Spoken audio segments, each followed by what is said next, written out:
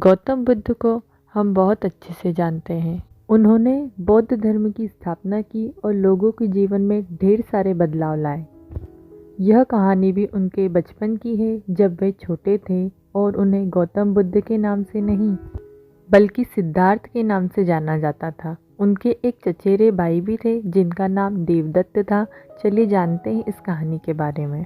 राजा सिद्धार्थ के महल के पास एक उद्यान था, जहाँ पर राजा सिद्धार्थ बैठकर प्रकृति का आनंद लिया करते थे। एक दिन जब वे अपने बगीचे में बैठे हुए थे कि तभी एक घायल हंस उनके पैर के पास आकर गिरा। उसके शरीर में एक तीर लगा हुआ था। उसे देखते से प्रतीत हो रहा था कि किसी शिकारी ने उसका शिकार किया है। हंस को तकलीफ में देखकर और उसे यूं ही फड़फड़ाता देखकर राजा सिद्धार्थ का दिल पिघल गया और उन्होंने हंस की सहायता करनी चाहिए। उन्होंने सबसे पहले उस हंस के शरीर से वह तीर निकाला और घायल जगह पर मलहम लगाकर उसकी पट्टी की। यह सब कर लेने के बाद देवदत्त कुछ खोजता हुआ सिद्धार्थ के पास आया। देवदत्त जैसे ही सिद्धार्थ के पास पहुंचा, उसने कहा, अच्छा तो यह तुम्हारे पास है, लाओ इसे मुझे दे दो।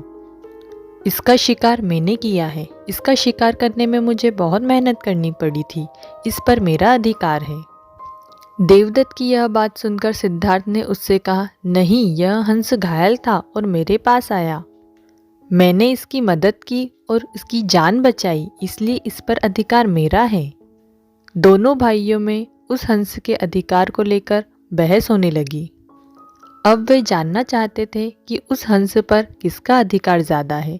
ऐसे में उन दोनों ने निर्णय लिया कि वे दोनों राजा के पास जाएंगे। सिद्धार्थ के पिताजी कपिलवस्तु के राजा थे। वे दोनों राजा के पास गए। राजा के पास पहुंचते ही देवदत्त ने सबसे पहले कहा, महाराज, इस हंस पर ज़्यादा अधिकार मेरा है क्योंकि मैंने इसका शिकार किया है।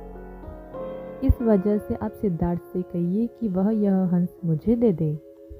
जैसे ही देवदत्त की बात पूरी हुई, तब राजा ने दोनों को शांत किया और फिर सिद्धार्थ से पूछा। ऐसे में सिद्धार्थ ने राजा को पूरी बात बताई और उनसे बोला, पिताजी, बात यह है कि इस हंस का शिकार देवदत्त ने ही किया है, लेकिन यह हंस घायल होकर मेरे कदमों में आ गिरा था। इसे घायल देखकर मैंने इसका इलाज किया और इसे ठीक किया।